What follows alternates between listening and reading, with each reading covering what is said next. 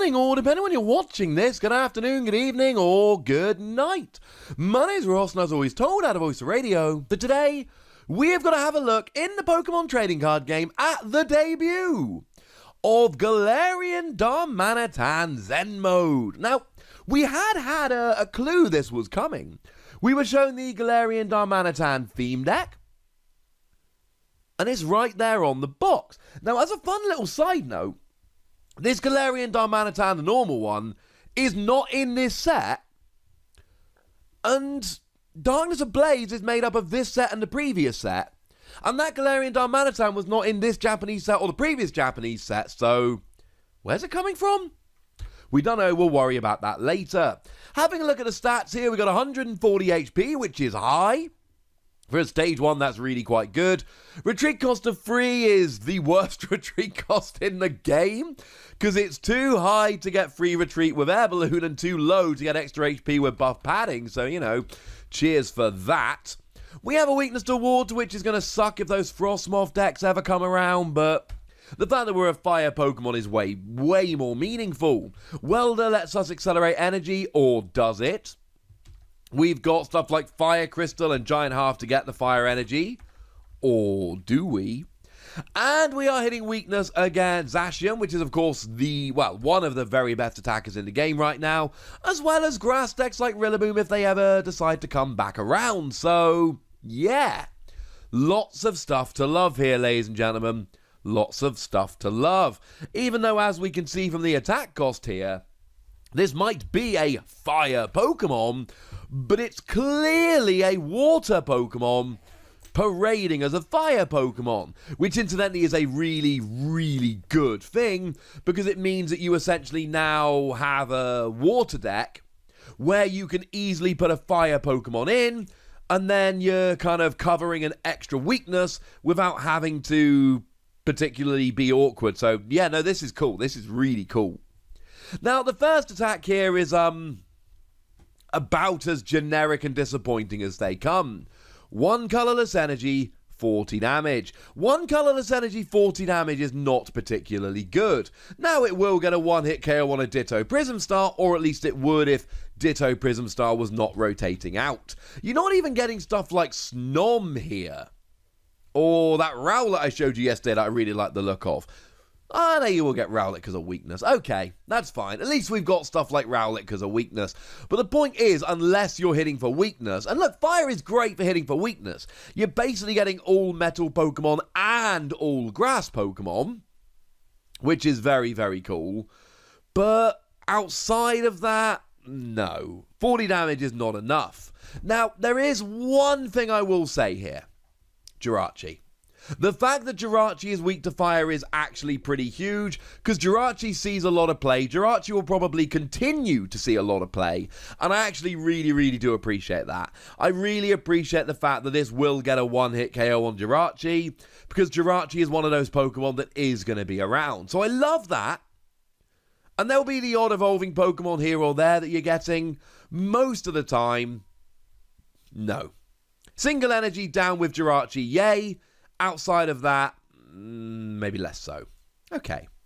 But then, of course, we get the second attack. And the second attack is the weird one. 2 water, 1 colorless energy, yet a fire Pokemon that's using water energy. 110 damage. Have I mentioned our translation comes from lovely Antoine Boulet here? If I've not, I apologize. I really should have done. But apparently it does 110 damage, and you have the option of discarding all water energy attached to this Pokemon, and if you do an extra 60 damage. So now you're doing 170 damage. Yes. And here's why I love 170 damage.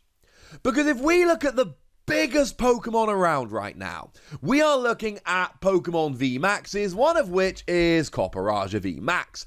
Copperajah VMAX comes in at 340 HP. It is the joint highest we've got. Simple as that. We don't see HPs of higher than 340. Half of 340 is in fact 170. So what this means is that if you're hitting for weakness, you will be getting a one-hit KO on literally any Pokemon whatsoever, which is awesome.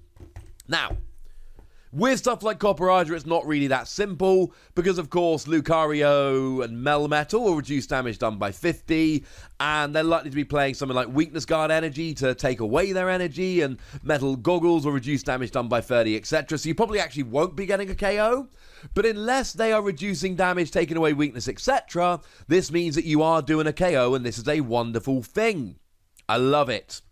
Although it's actually slightly less than we'd like, because of course coming around in Darkness Ablaze, everyone's going to be playing Crobat V. It's Shaman, but it's limited to once during your turn. And this has 180 HP, boo, etc.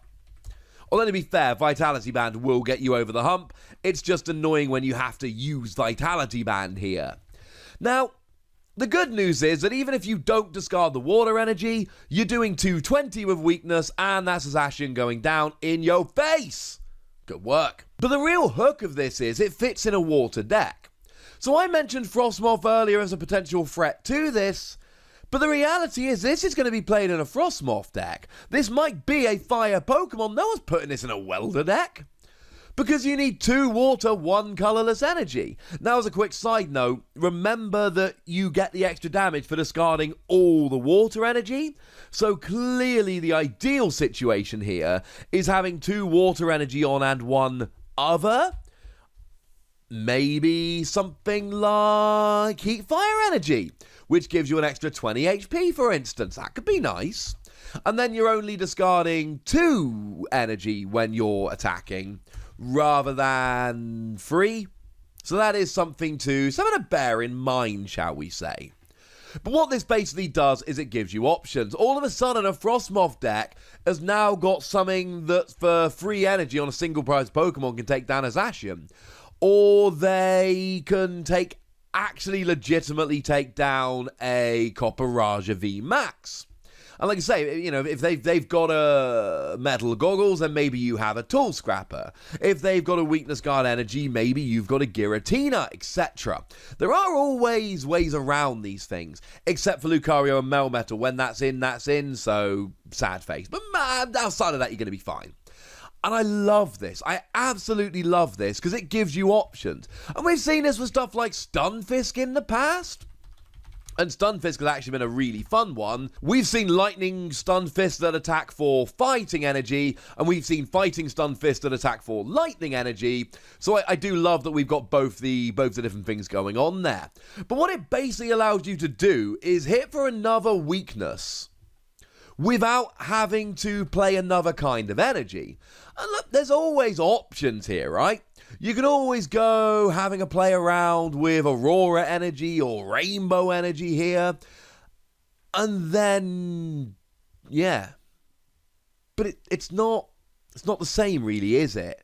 Because then you got to play those extra special energy, and then there's all kinds of downside. I mean, you know, Rainbow energy, you got to take a damage counter when you attach it, and Aurora energy, you got to discard a card from your hand, and then there's all kinds of things like Alolan Meowth GX, or Alolan Persian GX, sorry, which will block your attacks if you've got special energy. And my point here is that special energy always comes with downsides. It is cool to be able to hit another kind of weakness without having to play another kind of energy.